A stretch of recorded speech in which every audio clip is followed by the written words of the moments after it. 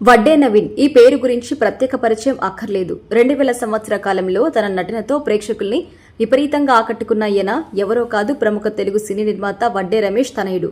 1996లో వచ్చిన క్రాంతి సినిమాతో ఇండస్ట్రీలోకి పరిచయమైన నవీన్ తర్వాత 1997లో కోరుకున్న ప్రియుడు, పెళ్లి, 1998లో మనసిచి చూడు, లవ్ స్టోరీ, 1999లో స్నేహితులు వంటి సినిమాలు చేసి పేరు సొంతం చేసుకున్నారు.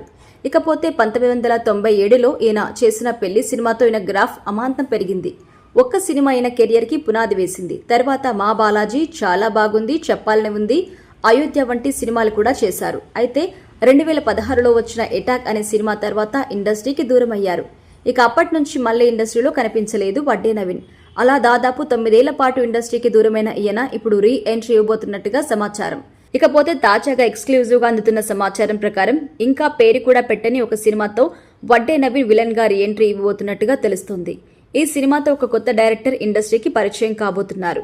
అంతేకాదు ఇదే సినిమాలో ఒక కొత్త హీరో కూడా ఇండస్ట్రీలోకి పరిచయం కాబోతున్నారు.